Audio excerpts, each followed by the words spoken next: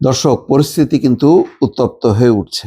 যেমন নির্বাচন কমিশনে এসে মির্জা ফখরুল ইসলাম আলমগীর বলছেন, নির্বাচন কমিশনের কিছু কর্মকর্তা একটি দলের পক্ষে কাজ করছেন, এই অভিযোগ করছেন।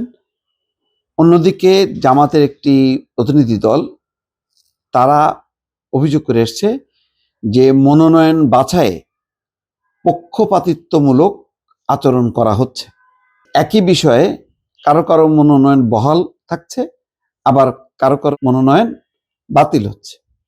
একই বিষয় বলতে দুইটি বিষয়।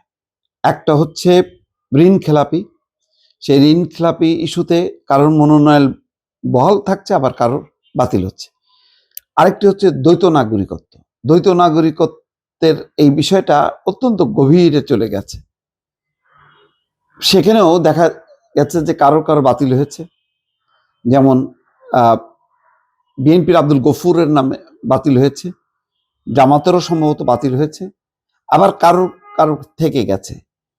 এই বিষয়টা নিয়ে পরিষ্কারভাবে জামাতের একটা প্রতিনিধি দল ডক্টর মোহাম্মদ ইউনূসের কাছে যে অভিযোগ করে এসছে। এইমাত্র একটা খবর দেখলাম যে ইসলামী আন্দোলনের আমিরের আসনে জামাত কোনো প্রার্থী দেবে না, অর্থাৎ চরমোনাই পীরের। এটা হয়তো ইসলামী আন্দোলনকে একটু তাদেরকে একটু সহনীয় করার জন্য, বা যাতে বিরোধটা তীব্র না হয়, এটা হয়তো একটা কৌশল। যাক, এটা একটা সৌজন্য তারা দেখিয়েছে, এটা নিশ্চয়ই ধন্যবাদ পাওয়ার মতন। কিন্তু এই যে মনোনয়ন বাছাইয়ে পক্ষপাতমূলক আচরণের কথা বলে আসলো জামাতের পক্ষ থেকে, এটার সুরাহা কি হবে? সুরাহা করার মতন কি যথেষ্ট সময় আছে? সময় নেই। এই পুরো বিষয়টা যদি যাচাই বাছাই করতে হয়, তাহলে নমিনেশন পুরো প্রক্রিয়াটা, এই শিডিউলটা পিছাইতে হবে। আর পিছাইলে এটা ঈদের পরে চলে যাবে। আপিল শুনানিতে কোনো পক্ষপাতিত্ব করা হয়নি, এটা সিইসি বলছেন। যেখানে মির্জা ফখরুল ইসলাম আলমগীর বলছেন যে ইসির কিছু কর্মকর্তা একটি দলের পক্ষে কাজ করছেন, তাদের দুইজনের প্রার্থিতা বাতিল হয়েছে এবং পোস্টাল ব্যালট নিয়ে তাদের গুরুতর অভিযোগ আছে। এখন মাঠ পর্যায়ের কর্মকর্তাদের বিরুদ্ধে বলা হচ্ছে বিভিন্ন নির্বাচনী এলাকায় রিটার্নিং কর্মকর্তা, সহকারী রিটার্নিং অফিসার, পুলিশ সুপার, ভারপ্রাপ্ত ওসি কর্মকর্তা সহ কর্মকর্তাবৃন্দ একটি দলের পক্ষে কিছু কিছু ন্যাক্কারজনকভাবে কাজ করছে বলে অভিযোগ পাওয়া গেছে। যদিও সুস্পষ্টভাবে কোন কোন জায়গায় সেখানে বলা হয়নি। জামাত ইসলামের নাম ধরে মির্জা ফখরুল বলছেন, জামাতের নির্বাচনী কর্মীরা বাড়ি বাড়ি গিয়ে এনআইডি কপি, বিকাশ নম্বর, মুঠোফোন নম্বর সংগ্রহ করছে, যা ব্যক্তিগত গোপনীয়তা ভঙ্গ, ক্রিমিনাল অফেন্স। এই বিষয়ে আমরা ইতিপূর্বে আপত্তি জানিয়েছি। এই বিষয়ে জরুরি পদক্ষেপ গ্রহণ করা প্রয়োজন বলে আমরা জানিয়েছি ইসিকে। ঢাকা মহানগরী এলাকায় বিভিন্ন নির্বাচনী এলাকায় একটি রাজনৈতিক দল তাদের প্রার্থীদের বিজয়ী করার অনৈতিক কূটকৌশল হিসেবে দেশের ভিন্ন ভিন্ন এলাকা থেকে ভোটারদের ব্যাপক হারে এলাকা পরিবর্তন করাচ্ছে বলে অভিযোগ আছে। এখন এই যে অভিযোগ পাল্টা অভিযোগের মধ্য দিয়ে শেষ পর্যন্ত কি দাঁড়াবে বোঝা খুব মুশকিল।